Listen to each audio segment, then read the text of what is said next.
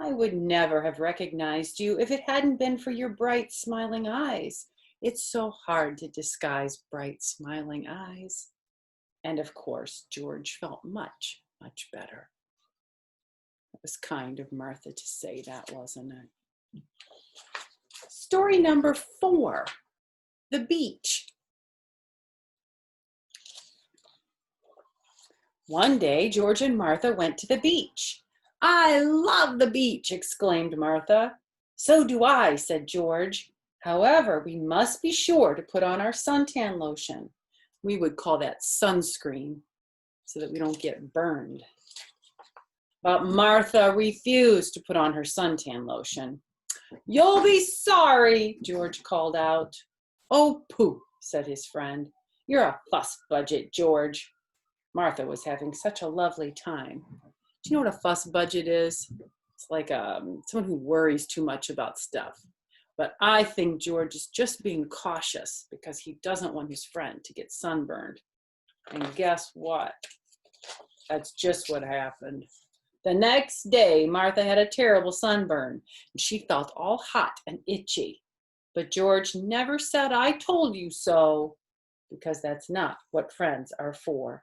Look, he's even bringing her a little glass of something cool. It says, we love our friends.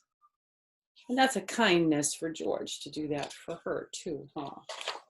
And this is called the last story, the garden. Martha was so discouraged. Her garden was an ugly mess of weeds. I just don't seem to have a green thumb, she sobbed. Discouraged is like when you feel like you can't do something right, even though you try and try. So I wonder what's going to happen. What do you think George might do? Let's see. George hated to see Martha unhappy. He wanted so much to help. Suddenly, George had a splendid idea. He went to the florist and bought all the tulips in the shop. Tulips were Martha's favorite flowers. We know that because on the cover we see she always wears a tulip in her ear. Very quietly, George crept into Martha's garden and stuck the tulips in the ground. But just then Martha happened to look out the window. There she is, peeking right there. Can you see her? Oh dear, said George, you're always catching me. But Martha was so pleased. Dear George, she said, I would much rather have a friend like you than all the gardens in the world. Isn't that sweet? It's so kind.